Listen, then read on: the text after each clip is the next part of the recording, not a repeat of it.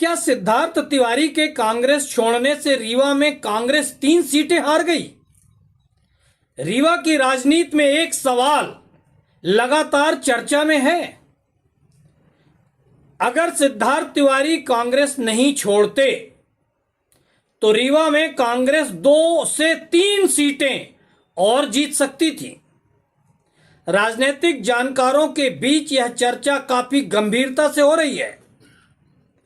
यह सिर्फ एक राजनीतिक बयान नहीं, बल्कि चुनावी समीकरणों पर आधारित एक विश्लेषण के रूप में देखा जा रहा है।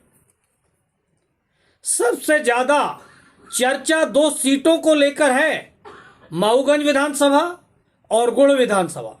कहा जा रहा है कि अगर सिद्धार्थ तिवारी कांग्रेस में बने रहते तो मऊगंज से सुखेंद्र सिंह बन्ना और गुड़ से कपिध्वज सिंह के जीतने की संभावनाएं काफी मजबूत हो सकती थीं।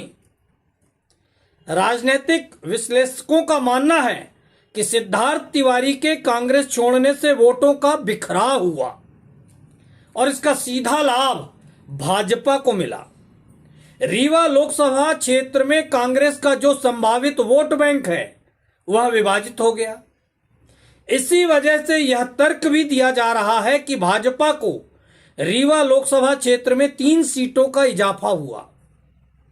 मऊगंज, गुड़ और 1 सीट पर सिद्धार्थ तिवारी का प्रभाव निर्णायक माना जा रहा है। यह भी कहा जा रहा है कि श्रीनिवास तिवारी जी के परिवार के होने के कारण सिद्धार्थ तिवारी का क्षेत्र में जनाधार रहा है। ऐसे में उनका कांग्रेस से अलग होना सिर्फ 1 सीट तक सीमित नहीं रहा, बल्कि पूरे रीवा क्षेत्र के चुनावी समीकरण को प्रभावित कर गया। राजनीति में अक्सर ऐसा होता है कि एक बड़े नेता का दल बदल कई सीटों पर असर डाल देता है। रीवा की राजनीति में भी यही स्थिति देखने को मिली। ऐसा राजनीतिक जानकारों का मानना है। हालांकि यह पूरी तरह चुनावी संभावनाओं और राजनीतिक विश्लेषण का विषय है, लेकिन यह भी सच है कि रीवा में कांग्रेस का प्रदर्शन बेहतर हो सकता था।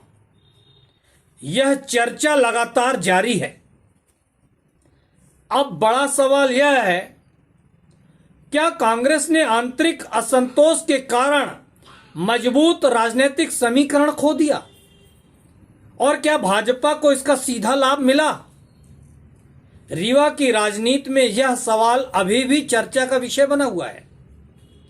क्या आने वाले चुनाव में भी सिद्धार्थ तिवारी फैक्टर निर्णायक भूमिका निभा सकता है? कमेंट्स कर जरूर बताएं।